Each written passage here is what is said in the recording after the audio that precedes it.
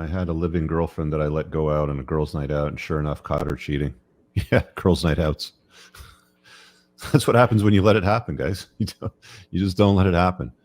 She wants your commitment. She wants, to be with you. She wants to claim you. She wants to know, where do we stand? All right. I mean, if you dig her vibe, then that's cool. But girls' nights out are fucking over, man. They're done. I trust the locks on my Porsche, but I'm not parking it in a shitty neighborhood overnight. It's the same thing when you let your girl go out to a nightclub.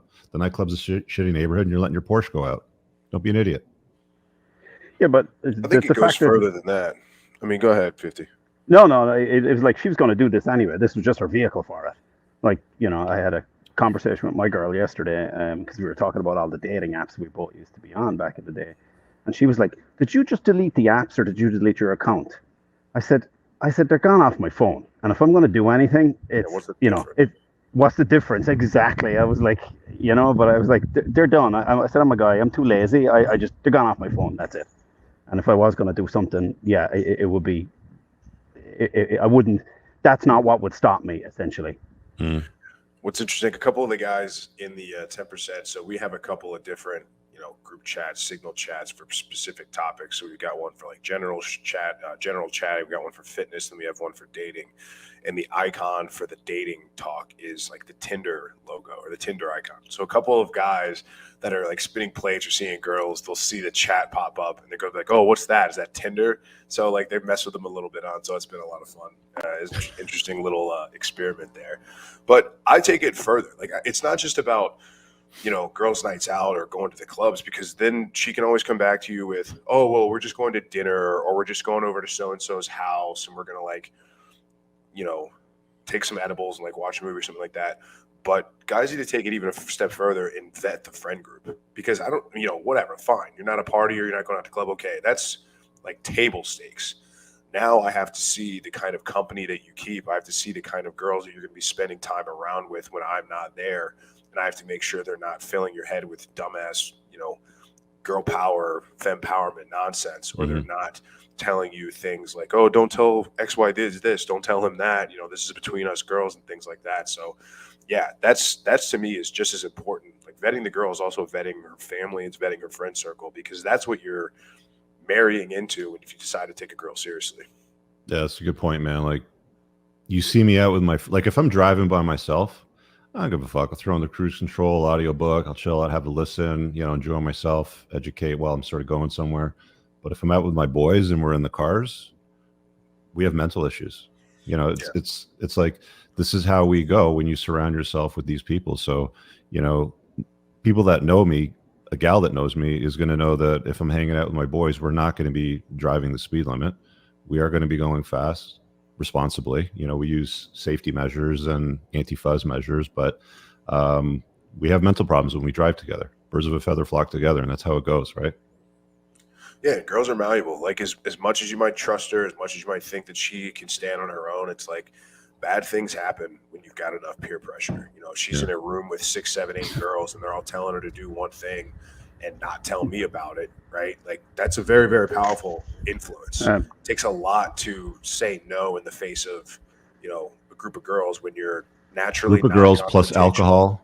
Yeah, and you're naturally non-confrontational just as a creature, as a woman. And who's gonna know, right? Like it's just us. Know? And we won't tell them, we'll protect you. Or it's like then you're risking saying no. Now you're risking ostracization from that particular friend group or those girls in general, right? So it's best not to even allow her to be in those situations. Well, a few years ago, I was driving through the mountains in Pennsylvania, and there was only one station I could pick up, and it was some Bible station in a car. So I listened to it, and the guy kept repeating, "Bad company corrupts good character." And I tell that to my son all the time. I said, you might come from a nice background, you might be smart, but if you run with the wrong crew, you're going to turn into a scumbag like them. So yeah, I think it applies across both sexes. But being in the political realm, there's a reason why a lot of the politicians target women, because I think they kind of think on a more kind of emotional group setting. It's it's bizarre because when you start doing what I've been doing over the last 10 years and have the conversations that I've had both publicly and offline. Um, I mean, I can use the example of like I've had 2 male strippers and a tattoo artist on my show for podcasts. So like I've done so many of these podcasts. I know most of you guys haven't seen them all, but the 2 male strippers said the exact same thing. 80% of the women that are going to bachelorette parties are indulging in the male talent that's there. And whether that's touching, oral, or going right to home base, they're not going just to look. 80% of the women are indulging. Same thing happened with the tattoo artist. You know, he said the same thing. He said like the vast majority of women that go in to get inked end up slamming the artist, right? And it's not like it happens like randomly. It's just like they just happen to do it because they're there. They're sitting in a chair for hours, 8 hours. I don't fucking know. You know, the interesting point that Elliot Hulse made when I was talking to him on a podcast once, he's like, you know, women with tattoos, think about it. There's a guy sitting there penetrating her over and over and over again, right? Not in a sexual sense, but, you know, in the sense that it's happening. So you have to set boundaries and regulations around how your long-term relationship's going to operate. You can't just leave it open to, well, you know, she's an adult, she can do whatever I want. Like, again, you know, you mix a travel destination in with alcohol, with what happens in insert place stays in insert place. Bad shit's going to happen. Routinely happens. You know, you see these fucking posts I put up on Twitter and X, whatever X we'll just call it, you know, like all the time that show up on Reddit. You know, I let my girl go away for vacation. I let my girl go to a bachelorette's party.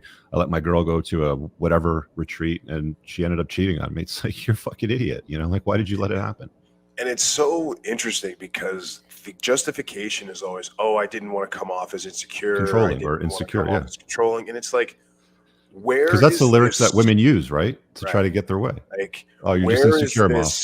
Where is this third party audience? Where are all these other people that are viewing your relationship from the outside and looking at you and calling you insecure and calling you, you know, toxically masculine or whatever? Like, and if they do exist, why do you care? Like, they're strangers. Why do you care about their opinion? If they're not in your relationship, they're not having to do with what you're doing, then why give it any sort of second thought at all? That's always interesting to me, because it's like as if there's this big brother is always watching. Oh, I better not be insecure. I better let my girl go to the male strip club, or otherwise I'm gonna look insecure. Like, to who? Who, like, what? And if she doesn't like it, if she looks at you as insecure, then there's the door, right? Locks on the way out. Guys, it's real simple. I'm going to lay it out for you, right? You say, I don't deal with women on a long-term basis that insert behavior. Okay, like whatever that happens to be. A bachelorette party, travels away for her weekend to Vegas, whatever it happens to be, I can't take you seriously in a long-term relationship if you're going to be behaving that way, because a woman that is my girlfriend that has a boyfriend doesn't behave that way. So if that's your choice, if that's what you want to do, that's cool. Locks will be changed, your stuff will be on the front porch. I'm not going to be around when you get back, right? So all you're doing is just saying, I just don't tolerate that, right? If she wants to go off, then let her go, and you have to let her go. You have to move on to greener pastures. You have to move on to better options, because at the end of the day, if a chick truly loves you like a woman does, she's not going to be running off doing stupid shit like that. She just won't. I really hope you guys enjoyed that clip. If you want to watch the full-length podcast, you can find that over here, that clip's from. If you're newer to the channel, make sure you hit subscribe over here, and pin down below in the top comment, you'll find a bunch of useful links to my website, my supplement line, books, and a bunch of other stuff. Have an amazing day. Peace out.